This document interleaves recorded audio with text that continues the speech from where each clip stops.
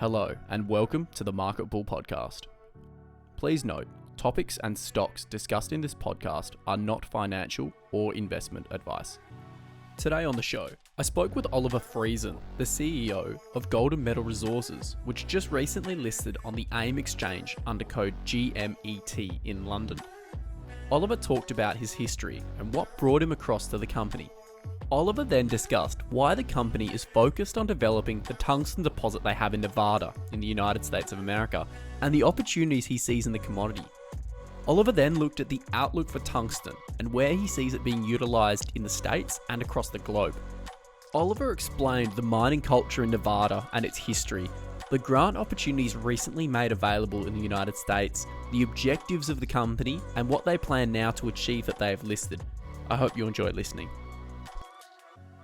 So hello and welcome to the Market Bull podcast. I'm your host, Ben Kostrich, and joining me remotely is Oliver Friesen, the CEO of Golden Metal Resources. Welcome to the show, Oliver. Ben, how you doing? Thanks for having me on today. That's all right. I know we're talking, we've got a few hours time difference, but we're talking about the excitement of the IPO that you guys have just had for Golden Metal Resources. It's an exploration company. It's been listed on AIM under code GMET, and I mean, an incredible story. But before we dive into all that and explaining what the company is and the direction and what you're looking to achieve now that you've done the listing, what's your backstory and how did you become involved in the company to begin with? Yeah, good question there, Ben. So I actually live in London, England now, but as you can tell from my accent, I am not UK citizen or UK from birth. I'm actually born and raised in Vancouver, back in Canada. So it's for those listeners who do know Vancouver, it's kind of a hotbed for junior mining activity. And it's kind of a bit of an epicenter there. So that's kind of what I grew up around was Vancouver and junior mining from a very early age. So I'm a geologist by trade. I did all my schooling in Vancouver in geology and then worked various jobs in the industry after schooling, including actually for Barrick Gold. So I used to live in Nevada and work for Barrick Gold. So it's a jurisdiction that I'm very comfortable with and know quite well.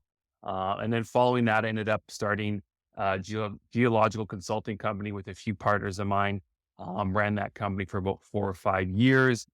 Throughout that process, we kind of specialized in overseeing and managing drill programs and exploration programs for junior mining companies that mostly traded in Canada.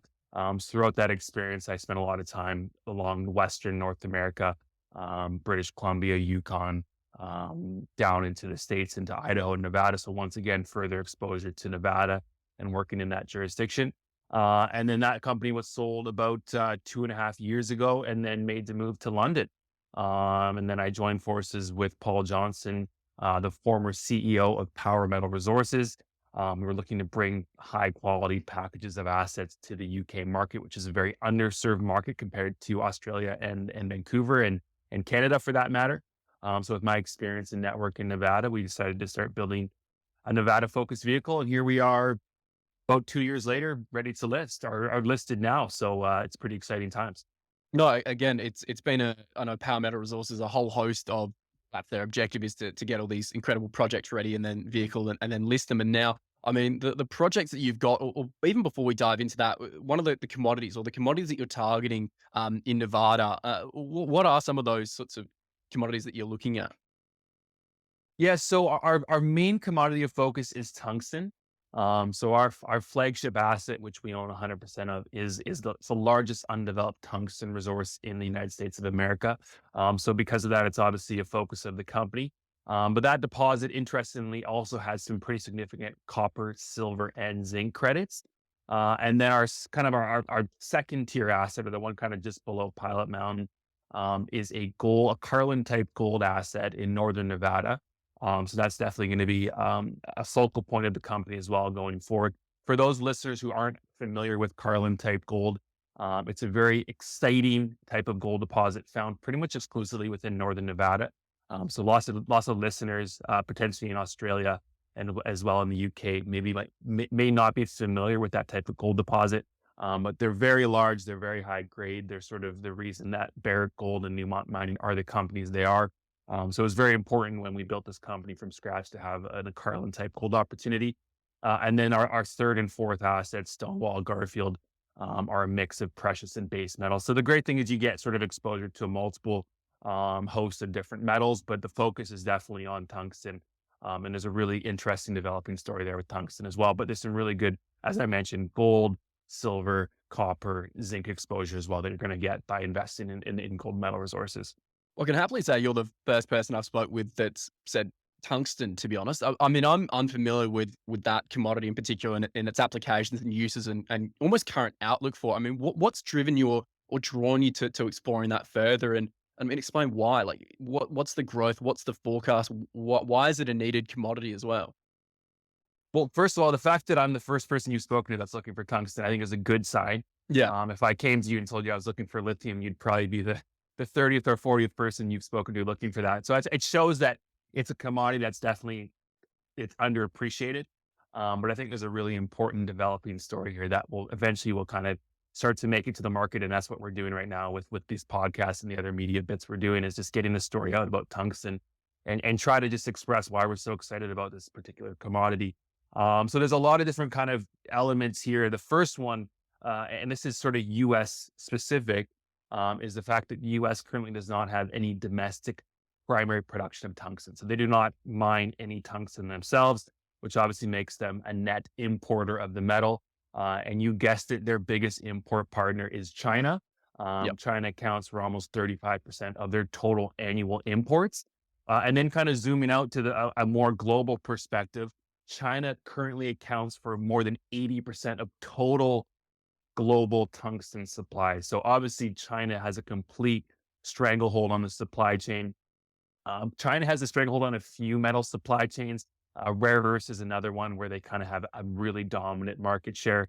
But obviously, in the wake of the Russia-Ukraine war, I think a topic that's very front of mind for a lot of investors and countries as well is looking to reduce their dependence on the likes of China and Russia for the supply of these really critical metals.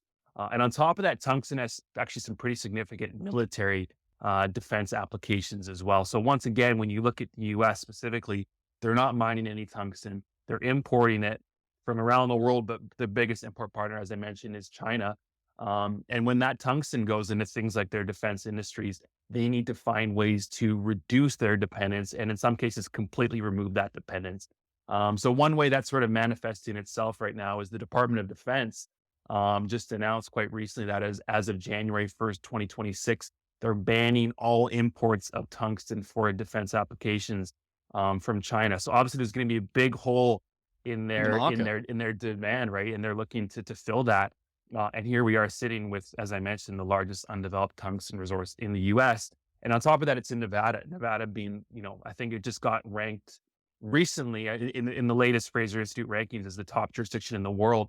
So not only are we in the US, but we're in the top jurisdiction within the US. So it's sort of a host of different things, but kind of the long and short of it is the US is dependent on China, looking to reduce that dependence. And here we are with the largest undeveloped and most advanced tungsten deposit in the US. No, it is because the whole geopolitical tensions and what's happening, rare earths is a great example that suddenly worlds and economies and countries are going, oh, we need to find our resources closer to home or in safer jurisdictions. And tungsten I hadn't even come across yet. And it's one of those clearly commodities that hasn't made its way into the headlines, hasn't quite got that attraction yet because rare earths is having that. But as you can see, I mean, that 2026 deadline really puts a precedent and pressure on exploration to find something. And I mean, yeah, as you said, based in Nevada in the United States, it's almost the perfect golden medal opportunity. So I mean, now that you've got a bit of history, I mean, Nevada, I sort of had heard that it's a great mining jurisdiction, but can you explain a little bit more about the whole ecosystem of mining in Nevada and why it is such an attractive, project that you've got there, given where it's located? Yeah, great question. I mean, in Nevada, if you've never been there, it's a very interesting state. As mentioned, I've spent quite a bit of time in Nevada, and when you drive through Nevada, I mean, Vegas is obviously Vegas, but as soon as you leave Vegas, mining is everywhere. It Mm, truly is. I mean, within an hour of leaving Vegas, everywhere you look, you'll see old scratchings on the hills. You'll see old mine workings. You see active mines. I mean, it's absolutely prevalent throughout the entire state. And the reason Nevada has sort of become what it is in the mining realm is because, as I mentioned, the Carlin type gold that was discovered there in northern Nevada.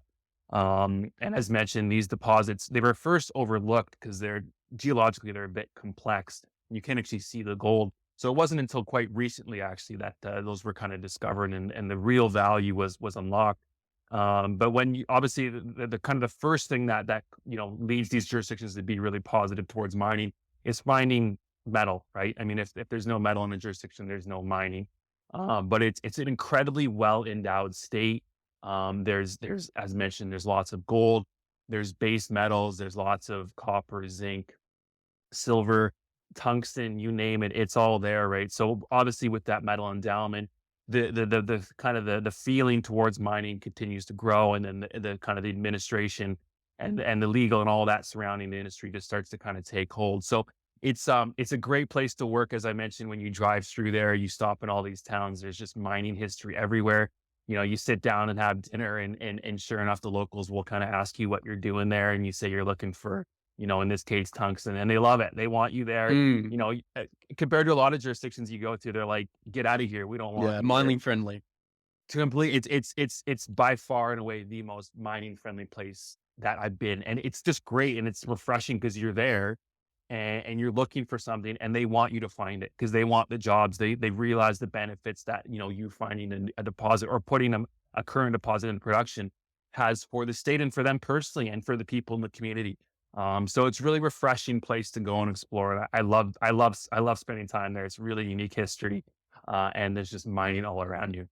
And I mean, that was a point you were going to say there about all the history of all these resources that have been there, but necessarily, and I like to say it, neglected or not visited. And there's been such a host of potential wealth sitting there, just not really being explored. And now it's about, timing, the advances in technology. But with your flagship project, the Pilot Mountain, I mean, what's the historical data, or even what's drawn you so much to that project, and then therefore being, becoming the flagship, the priority for the company? Yeah, so I mean, honestly, it was the tungsten aspect. We about as I mentioned, about 18 months ago, we were building this company from scratch.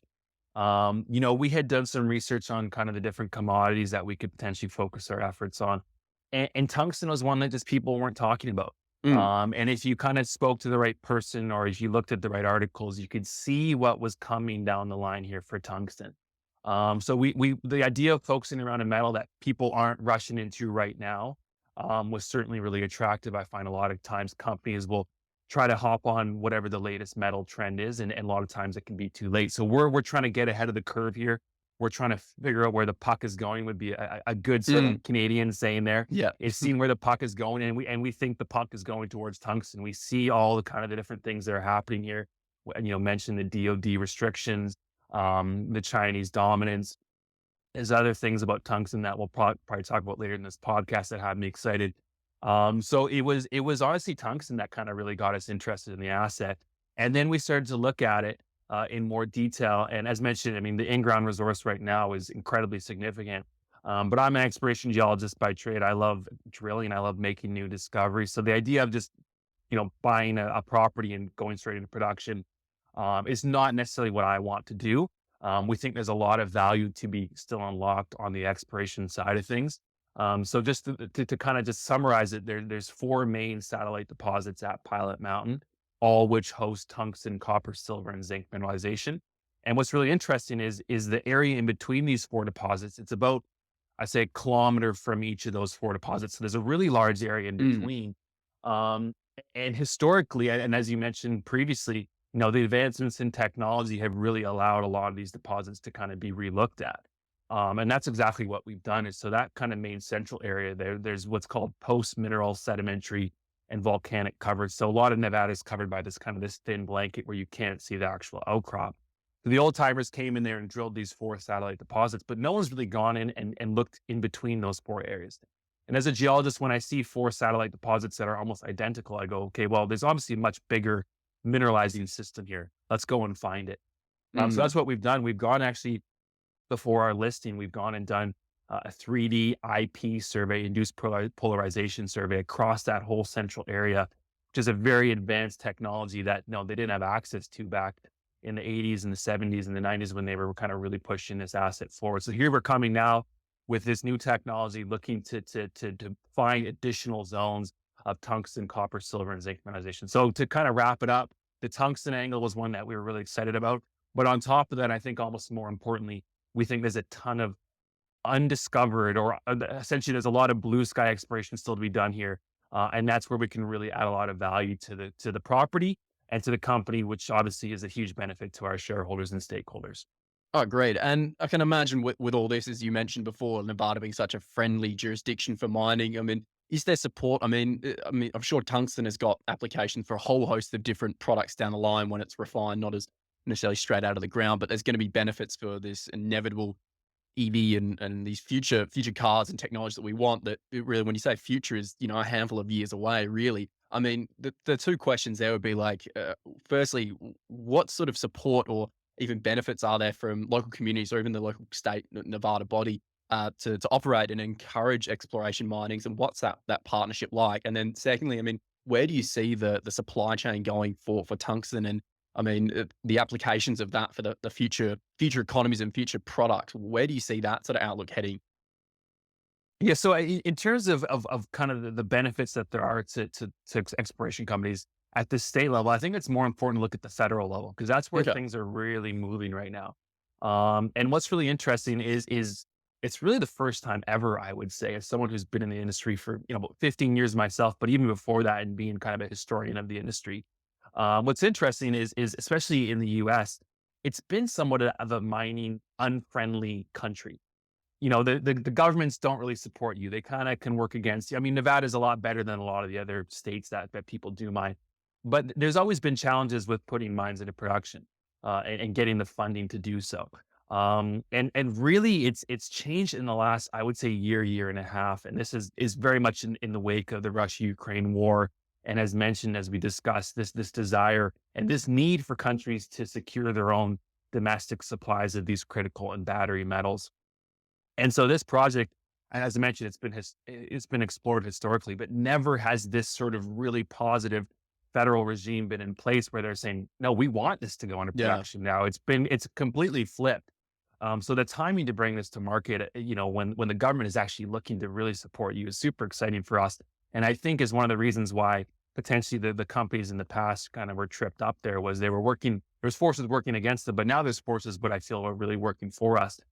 So at the federal level, some of the things that have changed, and I think probably the most significant one to mention today, and I'll mention a few others, but it's the Department of Defense. As I mentioned earlier, one of the main use cases for tungsten is in the defense industry. So the U.S. Obviously being a very kind of military forward country, I think they have the largest military spend of any country in the world, north of $2 trillion a year. Mm. They're looking to make sure that all the metals that go into their defense industries are either homegrown or from friendly countries. So what they've done is, and this is coming from the Biden administration, and remember, Biden administration is they're Democrats. They're not Yeah. meant to be No. pro mining, right? No. The No. Republicans historically have been a bit more pro mining. So we're in what historically would be somewhat of a mining unfriendly jurisdiction or sorry, administration right now, but it's the complete opposite. So the Biden administration just gave the Department of Defense $250 million for this fiscal year to deploy to exploration and development projects of defense metals specifically.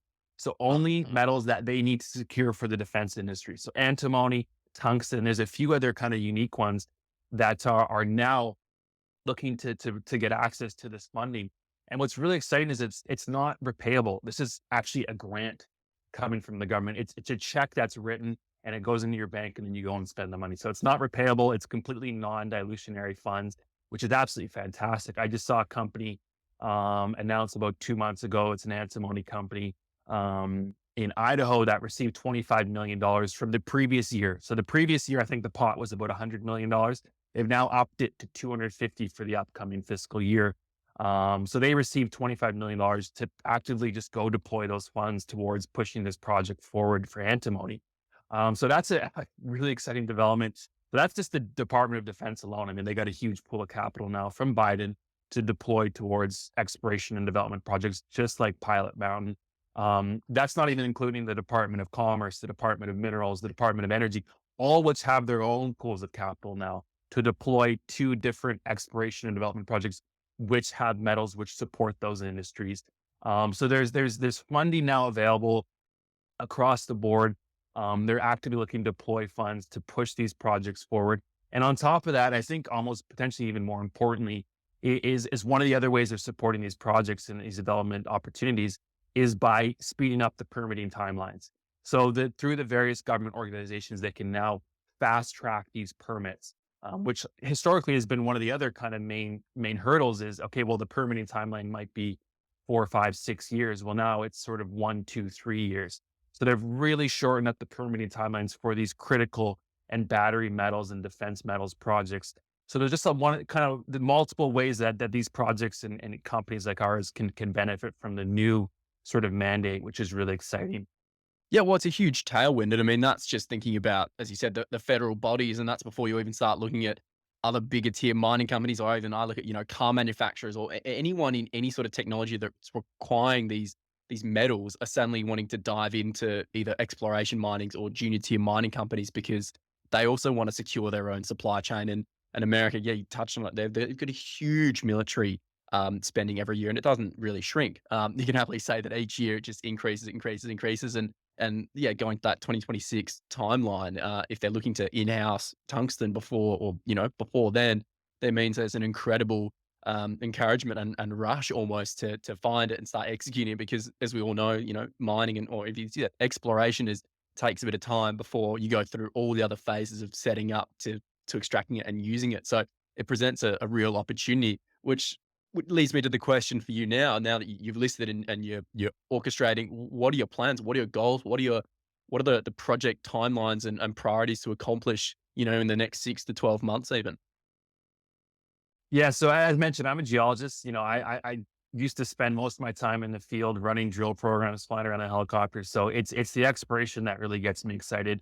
I'm not going to name any names, but there's lots of companies who list in the UK and around the world and they're more kind of the lifestyle companies. They're not much Yep. very interested in spending money in the ground. They'd rather spend it on the nice lunch or dinner in London or elsewhere. So I want to make it very clear that that's not what we are. We're an exploration company.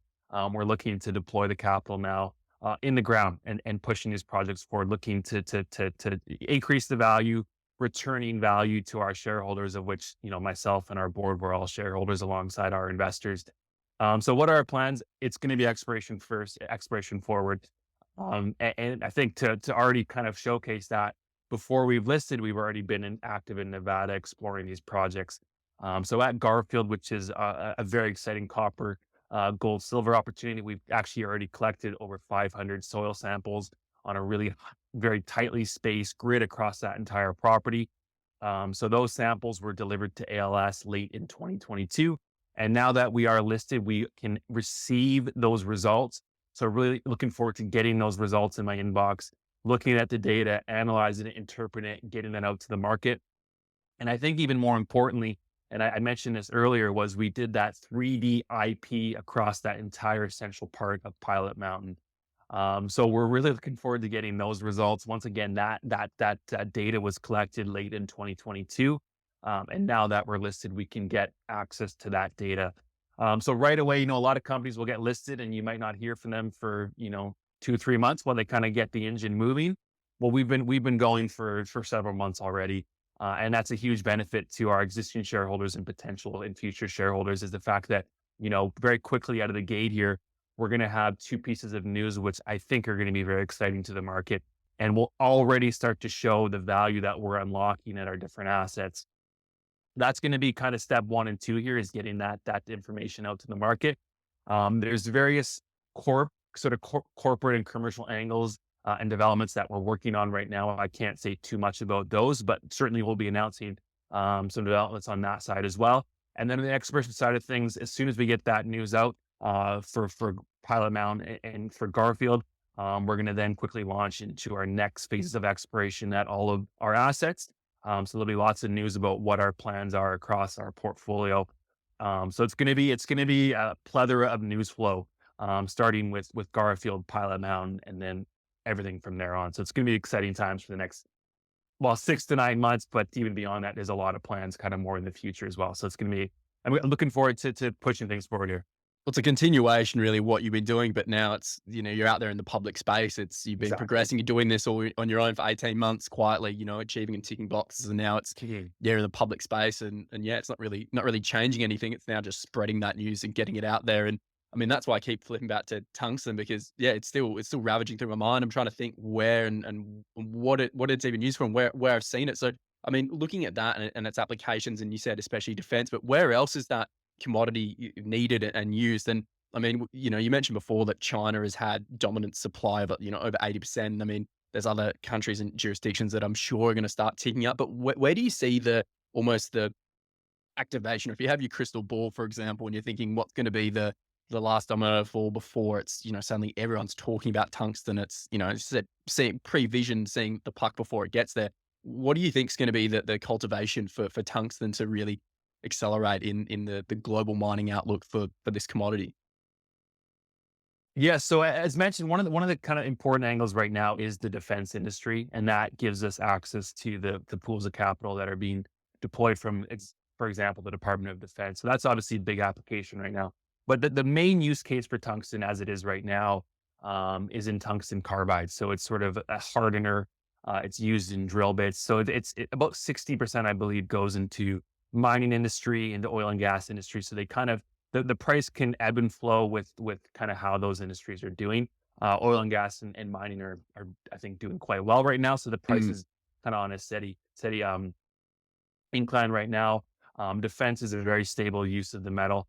But one use of it that no one's really talking about. I've tweeted about it a few times, so I encourage listeners to go and check out my personal Twitter to see some of those posts. But it's starting to kind of make its way to the mainstream here. And as you mentioned, it's kind of the first time you've spoken about or heard about it. But I guarantee from now on, you're going to start to clue in. You're mm, going to start hearing about it a lot more. I promise you that. But one angle that's really exciting for me, and I've done a bit of research on, is the use of tungsten within nuclear fusion. And nuclear fusion, obviously, technology that is, it's years away still, but it's kind of in the R&D phase right now. But they're making kind of very important steps towards the use of nuclear fusion in the future. And what most people don't know is the use of tungsten within that technology. So obviously, it's a developing technology. We're still a bit of a ways away here, and I'm not going to say we need yeah. tungsten for this industry right now. But even if we're 10, 15, 20 years away, which I think is a very realistic timeline, depends who you talk to. People think it could be sooner than that. But even these facilities that they're building right now, and there's a large one being built, I think, in the United States, and there's a few others around the world that are being built. But tungsten, and as I mentioned, if you go to my Twitter, you'll see a post about this. I think it was actually mining.com that put it out, but it was the use of tungsten within this technology. And effectively, because the reaction that they're creating is so high temperature, there's very few metals that can line the walls of these reactors and actually contain this energy. So they actually use these tungsten panels to contain these reactions. So what's really interesting is I was doing some research on the actual amount of tungsten that's going to be needed to for this technology once it does take hold, and the amount of tungsten used in a single reactor would absolutely blow your mind. For Mm, example, some of the larger reactors that they anticipate building in the future would require the total amount of tungsten that is used globally within a year. One single of these large reactors would take the entire global supply of jeez. tungsten for one facility. So I mean that when I heard that, my mind was absolutely blown. Mm, So even if that's on the high end, if you look at a reactor that might take a third or a tenth of the total annual production, just imagine what that's going to do to the price of tungsten when this starts to take off. And that's just in addition to all the other uses, as I mentioned, as tungsten carbides, the use in defense industry. So those are all increasing in demand as well. So that's kind of this dark horse in the future that I'm kind of keeping an eye on. So, there's a lot of different kind of catalysts here. The price has done really well over the last about year. I think here it's been on a very steady incline. I think it's going to continue to do really well. The other kind of dark horse to keep an eye on is the fact that, when you're highly dependent on China for your tungsten, well, what if they say tomorrow we're not going to give you any more tungsten, right? What if the escalations with China and Taiwan continue to continue here. Yeah. Hopefully they don't, but potentially with China, you never know what's going to happen. And all of a sudden they're saying, you know what, no more tungsten for the US or for anyone else in the world for that matter. What would happen then, right? I mean, the fact that the US doesn't mine any tungsten themselves, just imagine what they would do to get their hands on tungsten. So there's a lot of really exciting kind of external factors here that are at play. Without any of those even coming into focus in the next couple of years here, we're going to see, I think, a very continually steady incline in the price of tungsten here, just based on the kind of the fundamentals that we've discussed. But a lot of kind of exciting external factors that I'm keeping my eye on here, which could definitely influence the price of tungsten in the way we want it to, which is in the upside here. Yeah, and I mean, even, we had the pandemic where supply chains were shut down, and then now we've emerged out of it and supply chains are getting up and running again. But yeah, there's so much geopolitical tension arising, and you can just see countries are starting, countries and governments and even, companies are trying to reallocate their resources almost back inland or to trusted jurisdictions. And I know in particular in the United States, if they decide that they want to in-house and really push their mining exploration, it's going to happen extremely quickly. It's not like a country that's just going to sit there and wait. It's going to be an influx of cash and investment as we're seeing in a lot of these sectors you've mentioned. And then all of a sudden in 1 to 2 years, suddenly the US is now back on top of where they once were. They're very quick at just switching the switch and going, we're all in on this. They don't muck around. And I think that's a huge tailwind for where the United States is going. And yeah, especially under Biden, it's almost counterintuitive to what you'd think the current administration will be doing, but clearly there is a direction that the world is heading to, and it's just being highlighted by all the applications of these commodities. And everyone likes to demonize mining in some regard, but when you take away everything that you've used mining for, we really have nothing. So it's highlighting that we genuinely do need mining if we're going to these incredible future technologies and applications, that we need to get back into the ground and doing it in a safe and secure and environmentally friendly manner, of course. But we need to get these resources. So I mean, there's clearly a lot happening at Gold and Metal Resources. For listeners that want to learn more and stay on top of all your news flow, which sounds like there's going to be a lot coming out, where can they go and how can they stay in contact with the company? Yeah, so we're very active on social media. Twitter's a big one for us, but the first step would be to go to our website, goldandmetalresources.com. You can go to Twitter and just type in Gold and Metal Resources. From there, you'll see probably my name, so Oliver J. Friesen. On Twitter, I believe is my handle. But if you go to Gold and Metal Resources or even Power Metal Resources, which is one of our large shareholders, they'll tweet a lot of the stuff that we're doing. So we're very active on Twitter. I'm often doing technical kind of run-throughs of news releases, press releases, that type of thing, site visit photos, videos, podcasts like this that will all be available on our Twitter. So that's a great place to go. As mentioned, there's a lot of information that I've been posting over the last kind of 12 months here that I think is really important to almost refresh up on if people are interested. But go to our website, go to our Twitter. We're not one of those companies that you might hear from us once every 6 months when we have something to say. We're always talking. We're always letting potential investors and our current investors know what's going on in the company, where we think things are going, and what the plan is with the future of the company. So great place to start would be our website or our Twitter. Awesome. No, you've explained a lot about tungsten and the importance of it. And yeah, as I said, it's been a hidden commodity for me at least, and I'm sure a lot of other listeners are probably in the same boat. So thank you for exploring that and talking about gold metals resources rise and where they're going, and hopefully we can touch base again in the future and see what's all progressing over this exciting new phase of the company. So thank you so much, Oliver. Yeah, thanks for having me on, Ben. Yeah, I completely agree. Like I said, we're going to be very active here in the first few months of the company. So we'll have what I think will be some very exciting news to come out to the market. And then obviously the future exploration plans. So it'd be good to kind of catch up, and I'll get you filled in with what's going on and where the company's going. Awesome. Well, thank you so much for that. Sounds good. Cheers. Thanks for listening to the Market Bull podcast. If you enjoyed it, please make sure to like and subscribe. You can follow the Market Bull on our socials at Twitter and LinkedIn by searching The Market Bull. You can also subscribe to our newsletter on the website by visiting www.themarketbull.com.au.